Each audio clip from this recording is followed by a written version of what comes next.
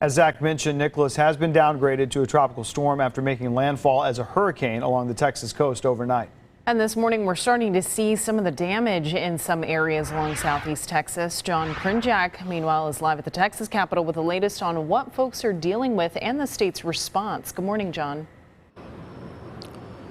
Leslie, Dave, good morning to you. Here in Texas, in central Texas rather, we've been largely spared from the rain, spared from the damage, but folks along the coast, especially in East Texas, waking up to a much different picture this morning. At last check in Harris County, they're reporting about 300,000 customers without power at this hour. That is one of the biggest impacts from the storm right now. Now, Nicholas officially made landfall around 1 this morning near Matagorda County, and overnight the storm brought some really whipping winds, dangerous storm surge, several inches of rain to parts of the Gulf Coast. Driving is very dangerous in that area this morning. The Galveston County Office of Emergency Management tweeted out this photo. This is State Highway 87 on the Bolivar Peninsula, nearly impassable early this morning, covered with debris and water. Ferry service suspended between Galveston and Bolivar, leaving no real safe way off of that peninsula, at least for now.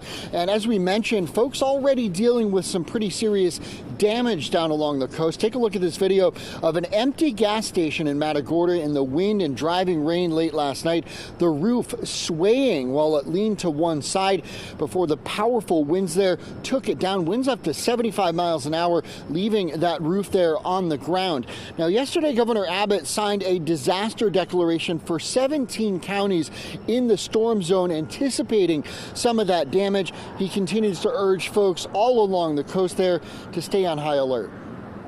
It will be a very slow-moving storm across the state of Texas that will linger for several days and will drop a tremendous amount of rainwater. Just got off the phone with President Biden, who offered the support of the federal government to assist the state of Texas, and the state of Texas in turn is working with all of the affected counties to provide them the assistance they need.